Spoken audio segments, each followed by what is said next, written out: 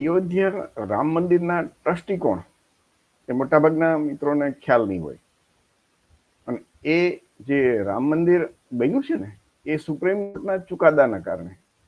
Supreme કોર્ટે ચુકાદો આપ્યો ભારત સરકારને, મોદી સરકારને, કે એક ટ્રસ્ટ બનાવો અને એ ટ્રસ્ટમાં ટ્રસ્ટીની નિમણૂક કરો. તો સુપ્રીમ કોર્ટના ચુકાદાના આદેશથી સરકારને જે આદેશ મળ્યો એમાં આ ટ્રસ્ટી નિમવાની કાર્યવાહી કરેલી છે. કોઈ એક વ્યક્તિ નહીં, પણ જે ભારત સરકાર છે એમણે ટ્રસ્ટી નિમા છે. તો એ ભારત સરકાર કોને કોને નિમા એ આપણે જાણવું જરૂરી છે. વડાપ્રધાન મોદીની સરકાર જે ચાલુ હતી તો એમાં કોને ટ્રસ્ટી નિમા એ આપણે થોડુંક જાણીએ. આજે આપણે જે જોઈ તો તમારી સ્ક્રીનમાં એ અયોધ્યામાં બનેલ રામ મંદિર છે. એ ભવ્ય રામ મંદિર બન્યું છે ને એ તમે જોયું છે મોટાભાગે ટીવીમાં કે મોબાઈલમાં. 5 ફેબ્રુઆરી સમાચાર છે કે અયોધ્યાનું રામ મંદિર નિર્માણ માટે કેન્દ્ર સરકારે ટ્રસ્ટની રચના કરી દીધી છે. કેન્દ્રીય કેબિનેટે બુધવારે શ્રી રામ મંદિર તીર્થ ક્ષેત્ર, તો ટ્રસ્ટનું નામ શું આપ્યું? શ્રી રામ મંદિર ક્ષેત્ર મંજૂરી આપી હતી. તેની જાહેરાત પીએમ મોદીએ લોકસભામાં કરી હતી. તો મોદી સરકારના નિર્ણય બાદ ગૃહપ્રધાન અમિત શાહે ટ્રસ્ટના સભ્યોની જાહેરાત કરી છે. અમિત શાહે કરીને કે શ્રી રામ જન્મભૂમિ તીર્થ ક્ષેત્ર ટ્રસ્ટમાં 15 ટ્રસ્ટી હશે, જેમાં એક દલિત પણ સામેલ હશે. એટલે દલિતને એક લેવું ને અત્યારે કાયદાનું બંધન કરતા છે, એટલે એ કાયદાના આધારે એક દલિતને જેમાં 15 લોકોના નામને એ જાહેરાત કરી. એમાં અયોધ્યા રામ જન્મભૂમિ વિવાદમાં હિન્દુ પક્ષના મુખ્ય વકીલ રહેલા 92 વર્ષીય કે પરાશરનને ટ્રસ્ટી બનાવવામાં આવ્યા છે. સુપ્રીમ કોર્ટે 9 ફેબ્રુઆરી સુધી રામ મંદિર માટે ટ્રસ્ટ બનાવવા આપ્યો. સોરી મિત્રો. તો પહેલા ટ્રસ્ટી કોણ? તો કે પરાશરન, સુપ્રીમ કોર્ટના વકીલ. બીજા શંકરાચાર્ય સ્વામી વાસુદેવ સરસ્વતી મહારાજ, પ્રયાગરાજના છે. ત્રીજું નામ છે જગતગુરુ માધવાચાર્ય સ્વામી, કર્ણાટક મઠના પીઠાધીશ્વર. ચોથું નામ યુગ પુરુષ પરમાનંદજી મહારાજ, અખંડ આશ્રમ હરિદ્વારના પ્રમુખ.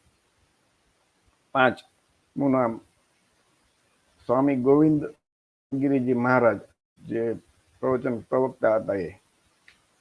6થું વિમલેન્દ્ર મોહન પ્રતાપ મિશ્રા, જે અયોધ્યાના રાજ પરિવાર છે હતા જૂના, એના વંશજ તરીકે એ વંશજ છે. 7 ડોક્ટર અનિલ મિશ્ર, એ હોમિયોપેથિક ડોક્ટર છે. 8 એ પટનાના બી છે અને એ એક દલિત સમાજના. 9 દિનેન્દ્રદાસ, એ નિર્મોહી અયોધ્યાના છે. 10 બોર્ડ ઓફ ટ્રસ્ટી દ્વારા એનું નિમણૂક કરવામાં આવશે. 11 એ પણ એક બોર્ડ ઓફ ટ્રસ્ટી નિમણૂક, અને 12 એક પ્રતિનિધિ હશે, તે રાજ્ય સરકારના પ્રતિનિધિ હશે. 14 નંબર છે અયોધ્યાના જે કલેક્ટર હશે એ હશે. અને નામ છે એ ટ્રસ્ટી દ્વારા એક ચેરમેન એક નોમિનેશન કરશે. એ આમ કુલ 15 થાય.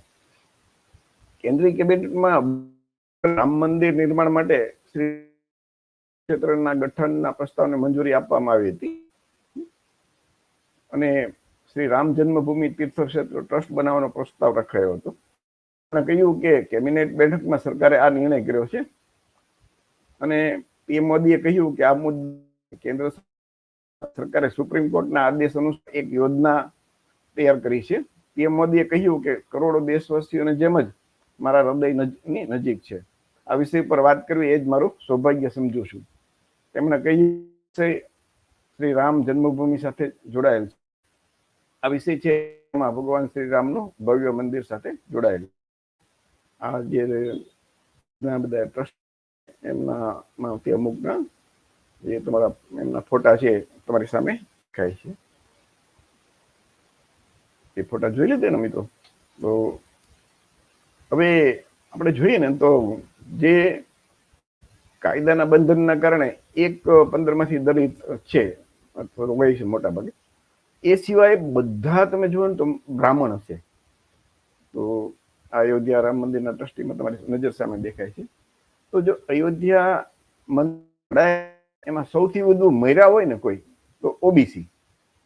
તો ઓબીસીમાં હમણાં ગુજરાતની અંદર કરીએ તો વાત, તો ગુજરાતમાં ઓબીસીમાં કોણ આવે તો કે ઠાકોર સહિત 146 જેટલી જ્ઞાતિઓ છે. તો એ ઓબીસી ના લોકો આખા દેશભરમાં તમે જો એ લગભગ કેટલા વર્ષ સુધી આ ચાલતું હતું એનો વિવાદ, તો એ વિવાદની અંદર જુદી જુદી સંઘર્ષમાં સૌથી વધારે જો મરી ગયા હોય ને લોકો, જેને બલિદાન આપ્યું, શહીદ તો શહીદ કહેવાય, તો એ ઓબીસી ના લોકો. અને જયારે ટ્રસ્ટ નિમણૂક થઈ અને ટ્રસ્ટ નિમવાની તો એક પણ ઓબીસી ટ્રસ્ટી નથી આવ્યો. તો એ ખાસ કરીને ઓબીસી ના લોકોએ વિચારવું પડે ને કે આટલી બધી જેમને મહેનત કરી, જે લોકોને આમ મતલબ કે આસ્થા હતી, પણ એમના જે વહીવટ કરવાનો વારો આવ્યો જયારે અને એ બની જો ત્યારે તો એક ન લીધા.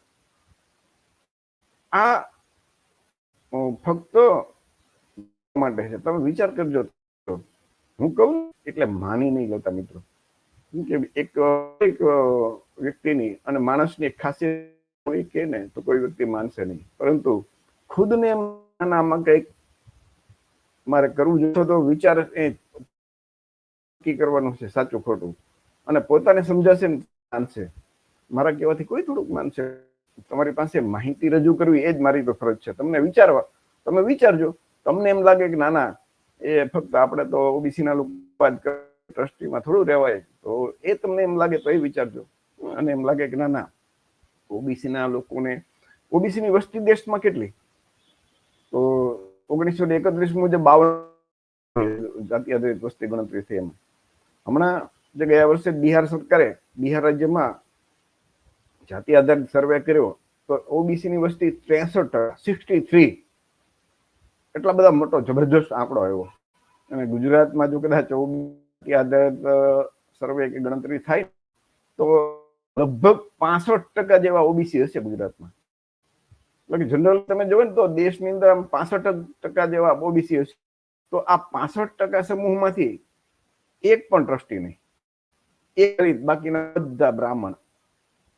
એ સારું કહેવાય ખરાબ કહેવાય એવું નથી કહેતો, પણ તમે વિચારજો. અને બીજું, આ જેટલા મિત્રો આ વિડીયોને વિનંતી કે આજે આપણી ચેનલ છે ને ઝલકારી ટીવી, એને તમે સબસ્ક્રાઇબ કરવાનું ભૂલો નહીં. એ આપણી ચેનલ છે, એટલે તમે એ ચેનલને સબસ્ક્રાઇબ કરજો. તો આ તમારે વિચારવાનું છે યોગ્ય છે કે નહીં, કે ઓબીસી ટ્રસ્ટી ખરેખર તો આમ જોઈને તો જે સિદ્ધાંત કહીએ ને આપણે, તો ખરેખર 50% જેવા ટ્રસ્ટી ઓબીસી ના હોવો જોઈએ મિનિમમ, બદલે એક પણ નહીં. તો મરવા ઓબીસી વધે, ઓલો થઈ ગયું ને કે માલ ખાય મધારી અને વળ ખાય વાંદરા, એના જેવું. એ કહેવત છે ને, જે લોકો આપ્યો છે એમ ટ્રસ્ટીમાં. તો આ એક વિચારવાનું છે. તો એ તમે બધા મિત્રો વિચારજો. એસસી ના એક મિત્ર કોઈ નથી લીધા, ક્ષત્રિય સમાજના પણ એક પણ ટ્રસ્ટી નથી. ક્ષત્રિય સમાજ સૌ ભગવાન અમે રામના વંશજ છીએ, પણ આમાં આ ટ્રસ્ટની અંદર ક્ષત્રિય સમાજના પણ એક પણ ટ્રસ્ટ વિચાર કરજો તમે. અને ટ્રસ્ટ ની જવાબદારી સરકારની હતી, એટલે સરકારે એને ટ્રસ્ટી નિમી શકે એમ હતા. સરકારને કોઈ રોકી શકતું હતું કે બધાને એક સામાજિક ન્યાયનો જે સિદ્ધાંત છે એ મુજબ ઓબીસી સમાજના, ક્ષત્રિય સમાજ, સમાજના એમના ટ્રસ્ટીઓ નિમી શકે ને. પરંતુ એ કોને ખબર કેવી રીતે આ યોગ્ય લાગ્યું હશે, એ તો એ લોકો જાણે, એ જવાબ આપી શકે ને. તમારે વિચારવાનું છે. દરેક ઓબીસી ના, એસસી ના, એસટી ના, સમાજના લોકોએ, વૈશ્ય સમાજના લોકોએ કે આમ કેમ. તો આ લડાઈમાં બધા હતા, દાન બધા આપવામાં હતા લોકો. આવી રીતે કેમ દલિત સમાજને એક નિયમ પડ્યા, પણ એ મોટા ભાગે કરતા એક દલિત સમાજની વ્યક્તિ લેવી પડતી હોય છે, એટલે લીધા હશે એમ માની શકીએ આપણે. સાચું ખોટું એ ટ્રસ્ટીઓ તો ખબર હશે, પણ સરકારની પાસે ઓબીસી ના લોકોને તો અપેક્ષા હોય કે નહીં, એ તમે વિચારજો. ત્યારબાદ આપણે આગળ વિચારીએ તો આજે ભગવાન રામની છે ને, તમે જોયું તો અને એ મૂર્તિની સાથે જે હિન્દુ ધર્મના શાસ્ત્રોમાં જે પૌરાણિક કથા છે ને, કથા મીન્સ કે પૌરાણિક, એ કોઈ એના હિસ્ટોરિકલ એવિડન્સ ન મળે, એના ઐતિહાસિક પુરાવા નહીં મળે, પુરાણોમાં લખેલું છે એના ઉપર એ આધાર, એ સિવાય કોઈ આધાર નહીં. એટલે કે એના પુરાતત્વ વિભાગના કોઈ આધાર નહીં મળે. એ પુરાણોમાં જે લખ્યું છે એમાં વિષ્ણુના 10 અવતારની વાત લખી છે. તો પહેલો અવતાર છે એ મત્સ્ય અવતાર, બીજો કુર્મ, વરાહ, ચોથો નરસિંહ, પાંચમો વામન, છઠ્ઠો સાતમો રામ અવતાર, આઠમો કૃષ્ણ અવતાર, નવમો બુદ્ધ અવતાર. અને હવે પછી એક અવતાર થશે ભવિષ્યમાં, એ કલ્કી અવતાર થશે, એવું આ શાસ્ત્રોમાં હિન્દુ ધર્મના પુરાણોમાં લખ્યું છે. તો વર્તમાન સમયમાં કયો અવતાર ચાલે છે? તો કે બુદ્ધ અવતાર. કેમ કે બુદ્ધ અવતાર પછી કોઈ અવતાર હજી તો ભવિષ્યમાં થશે ત્યારે. તો વર્તમાન આ સમય કોનો છે? બુદ્ધ અવતારનો. અત્યારે આપણે જે જીવીએ છીએ એ બુદ્ધ અવતારનો સમય ચાલે છે. પણ તમે જોજો આખા દેશની અંદર ક્યાંય કોઈ જે કટ્ટર છે ને એ બુદ્ધનું નામ નહીં લેતા હોય. એના શાસ્ત્રોમાં લખી નાખ્યું કે બુદ્ધ ભગવાન છે, 9મા અવતાર છે, એટલે મીન્સ કે છેલ્લા અવતાર છે. આપણે જે કોઈ પુસ્તક એક લઈએ તો પુસ્તકમાં એક એડિશન આવે, પછી સુધારો થાય, બીજી, ત્રીજી, ચોથી. તો જે લેટેસ્ટ એડિશન હોય એમાં બધા સુધારા વધારા થઈને આપણે મોટા ભાગે એમાંથી બધી વાતો માનતા હોય કે જાણતા હોય છે. તો અવતારોમાં અગાઉના અવતારોના કોઈ પુરાતત્વ આધારભૂત પુરાવા નથી મળતા, પરંતુ ગૌતમ બુદ્ધ એવા છે કે એના 1 નહીં 1 લાખ પુરાવા મળતા હશે. એના જે અસ્થિ કહેવાય ને એ પણ આજની તારીખે મોજૂદ છે. અને ભારત સરકાર વેબસાઇટ છે ને એમાં જે પુષ્કળ સાહિત્ય છે ભગવાન બુદ્ધ વિશે, ડોક્ટર બાબા સાહેબ આંબેડકરના જે વોલ્યુમ છે ને આમાં બાબા સાહેબે ખૂબ લખીને મૂક્યું છે.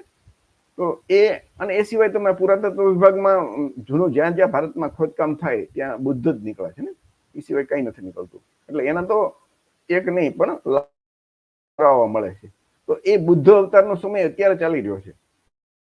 અને તમે જો તો એમાં એ જે મૂર્તિ છે ને ભગવાન રામની, આ અવતારો છે એ સાઈડમાં એની નાની નાની મૂર્તિ ત્યાં કોતરવામાં આવી છે, એની બનાવવામાં આવી છે. અને ઉપર છે એ ચક્ર ને શંખ, ગદા ને સ્વસ્તિક ને ઓમ ને આ રાખ્યા છે. તમે મૂર્તિ તમે ટીવીમાં જોયું, આ વ્યવસ્થા કરવામાં આવી છે. આ જેની મુખ્ય મૂર્તિ છે ને એનું એક મોટું સ્વરૂપ તમે જોઈ શકશો. તો એમાં આ બધા જે અહીંયા અવતારોના છે એ બધા એની જોડેલ છે. તો નીચે અહીંયા એક કમલ છે, અહીંયા હનુમાનજીની મૂર્તિ, ગરુડ છે, 200 વજનની છે મૂર્તિ, અને 3 ફૂટ પહોળી છે મૂર્તિ, અને 4.25 ફૂટ એની ઊંચાઈ છે. ટીવીમાં જે સમાચાર હતા એમાંથી એની જ કોપી છે. તો એ મૂર્તિ વિશે જોયું. આજે વડાપ્રધાન નરેન્દ્રભાઈ મોદી જયારે અહીંયા મૂર્તિની ઉતારતા ને ત્યારનો એક સીન છે. તો તમે એમાં જોઈએ ને તો મોટા ભાગે આમ ભગવાન રામની મૂર્તિને જયારે ફૂલથી શણગાર કરવામાં આવે ત્યારે જે બાકીના અવતારોની ટૂંકમાં જે નાની નાની મૂર્તિઓ છે એ મોટા ભાગની દબાયેલી જોવા મળતી છે, એમાં આમ દેખાશે નહીં. જસ્ટ જાણકારી માટે. તો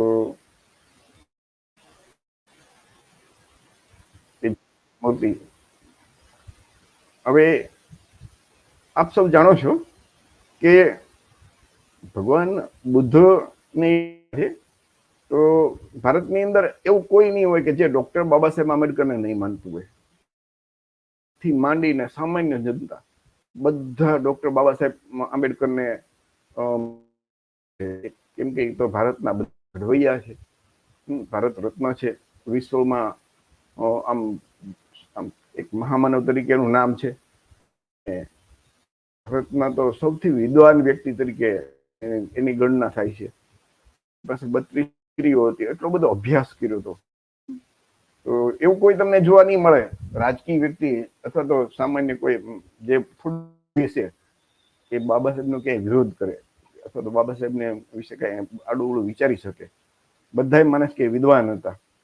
તો એ વિદ્વાન ડોક્ટર બાબા સાહેબ આંબેડકરે બધા માને કે ના બાબા સાહેબને માનીએ, પણ બાબા સાહેબે કહેલી વાત મોટા ભાગના લોકો તમે જોજો નહીં માને. બાબા સાહેબની મૂર્તિ છે ને, તો તમે જોજો 14 કે 6 ડિસેમ્બર, મોટા ભાગે એમાં 14 એપ્રિલે તો બાબા સાહેબની મૂર્તિને તમામ જે રાજકીય નેતાઓ તો એ લગભગ એમ ત્યાં એને ફુલહાર કરવા જતા જ હશે. તો મોટા ભાગે આપણે કોને ફુલહાર કરીએ? જેને આપણે માનતા હોય, જેની વિચારધારા માનતા હોય એને જ જઈએ ને. જેની વિચારધારાને આપણે માનતા ન હોય, દાખલા તરીકે હું તમને હિટલરનો દાખલો આપું કે ઔરંગઝેબ છે, એને આપણે માનતા જ નથી. એ ભલે ગમે એટલા એના દેશમાં એ મહાન હોય, અથવા તો ઔરંગઝેબ છે એને જે, પણ આપણે એમની કોઈ દિવસ એની જન્મ જયંતિ નહીં ઉજવીએ. એમ એટલા માટે કે આપણે એમની વિચારધારા નથી માનતા. તો ડોક્ટર બાબા સાહેબની આપણે એટલા માટે જન્મ જયંતિ ઉજવીએ છીએ અને ફુલહાર કરીએ છીએ, ફુલહાર અર્પણ કરીએ છીએ. તો કેમ કે આપણે ડોક્ટર બાબા સાહેબને એની વિચારધારા માનતા હશું. તો જો ડોક્ટર બાબા સાહેબને ફુલહાર કરવા જાય અને વિચારધારા નહીં માનીએ, તો એ પણ વિરોધાભાસ ગણાય ને. તો ફૂલ અર્પણ કરવાનો કે ફૂલમાળા અર્પણ કરવાનો શું અર્થ છે? તો એ જ ડોક્ટર બાબા સાહેબ આંબેડકરે 14 ઓક્ટોબર 1956 એમણે પોતે બૌદ્ધ ધર્મની લીધી અને સાથે 5 લાખ લોકોને દીક્ષા આપી. એ દિવસે એમણે 22 પ્રતિજ્ઞા આપી. અને એ 22 પ્રતિજ્ઞામાં એવું એક પ્રતિજ્ઞા એવી છે કે હું એવું માનીશ નહીં કે ભગવાન બુદ્ધ વિષ્ણુનો અવતાર છે. જૂઠો પ્રચાર માનીશ. જો આ બાબા સાહેબની પ્રતિજ્ઞા છે, ભારતના સૌથી વિદ્વાન બંધારણના ઘડવૈયા. આ એમની એક પ્રતિજ્ઞા હતી. અને આ તમે જોયું તો ઓરિજિનલ ડોક્ટર બાબા સાહેબનો ફોટો છે. એને લીધી ને એને 22 જે પ્રતિજ્ઞા આપી એ 14 ઓક્ટોબર 1956 ના રોજ.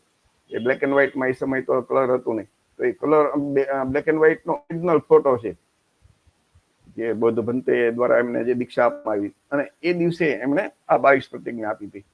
તો વિદ્વાન બાબા સાહેબ આંબેડકર, જે ભારતના બંધારણના ઘડવૈયા છે, એમણે ચોખ્ખું કીધું કે ભાઈ ભગવાન બુદ્ધ છે વિષ્ણુનો અવતાર નથી. પણ ભારત સરકારે જે મૂર્તિ બનાવી તો એમાં એ બુદ્ધને વિષ્ણુના અવતાર તરીકે દર્શાવ્યા. જે ભારત બુદ્ધિસ્ટ લોકો છે એ માનતા નથી કે ભગવાન બુદ્ધ છે વિષ્ણુનો અવતાર હતા. ભારતની અંદર સૌથી મોટી જ્ઞાતિ કોઈ હોય તો એ કોળી સમાજ છે. ગુજરાતમાં એ સૌથી મોટો સમાજ છે. તો એવી એક જ જ્ઞાતિ તમે જો તો ભારતમાં સૌથી મોટો આ સમાજ ક્યાંક ઓબીસીમાં છે, ક્યાંક એસસીમાં છે, ક્યાંક એસટીમાં છે.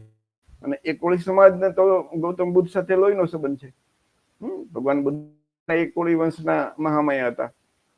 તો એ કોળી સમાજના લોકો પણ એવું માને છે આખા દેશની અંદર કે ભગવાન બુદ્ધ એ વિષ્ણુના અવતાર નહોતા, પણ એક કોળી માતાની કુખે, મહામાયાના કુખે જન્મેલા એક મારીને તમારી જેમ એક સામાન્ય માનવી હતા. પણ એમને જે જીવનનો અનુભવમાંથી જે જ્ઞાન પ્રાપ્ત કર્યું એટલે એ મહામાનવ બન્યા. એટલે ઈશ્વરના અવતાર નહોતા. અને ખુદ ગૌતમ બુદ્ધે પોતાના જીવનમાં 80 વર્ષના જીવનમાં ક્યારેય એમ નથી કીધું કે હું કોઈ ચમત્કારિક પુરુષ કોઈ એને જીવનમાં ક્યારેય કોઈ ચમત્કાર કર્યો નથી અને પોતાની જાતને એવી દેવી શક્તિ વાળી તરીકે ના પાડી છે. અને પોતાની પણ પૂજા કરવાની એમને ના પાડી છે. તો એવા ગૌતમ બુદ્ધ ખુદ ના કહી ગયા છે કે હું અવતાર નથી. ભારતના સૌથી વિદ્વાન બંધારણના ઘડવૈયા ભારત રત્ન ડોક્ટર બાબા સાહેબ આંબેડકર કહે છે કે એ વિષ્ણુના, તો ત્યાં સુધી કીધું કે હું એવું માનતો જ નથી અને ભવિષ્યમાં પણ ક્યારેય નહીં માનું કે ભગવાન બુદ્ધ વિષ્ણુના અવતાર હતા. અને આવું જો કોઈ બોલશે ને કે વિષ્ણુના અવતાર, તો હું એને એક પાગલ સમજીશ એમ. અને એ ખોટો એ વાતને હું ખોટો પ્રચાર પ્રસાર માનું છું. તો શું અને બાબા સાહેબની આ લાગણીને કેમ ધ્યાનમાં નહીં લીધી એ નથી. મિત્રો, આ તમે વિચારજો, આ તર્ક કરવા માટે છે. હું કહું એટલે શું માનતા નહીં, કેમ કે ડોક્ટર બાબા સાહેબ આંબેડકર જેટલો તો આપણે કોઈ વિદ્વાન છીએ નહીં. બાબા સાહેબ કીધું હોય તો એ કીધું હોય તો એ ડોક્ટર બાબા સાહેબ આંબેડકરની તમે વાત જાણી ને. આ એક આપણે જે રામ મંદિર બન્યું છે તો એક તો ટ્રસ્ટીમાં તમે જુઓ ને તો એમાં કોઈ નથી, એ વાત આવી. પછી આ અવતારોની વાત આવી, એમાં એક થોડુંક આ વાત હતી. હવે વાત પૂજારી તો એમાં નિમણૂક કોણ થઈ? તો એ મોહિત પાંડે બ્રાહ્મણ મહાશય એમની મુખ્ય પૂજારી તરીકે એમની નિમણૂક થઈ. બીજા કદાચ કેટલાય આસિસ્ટન્ટ પૂજારી હશે, પણ એ આપણે એવું માની શકીએ, અનુમાન કરી શકીએ કે એ બધા બ્રાહ્મણ જ હશે.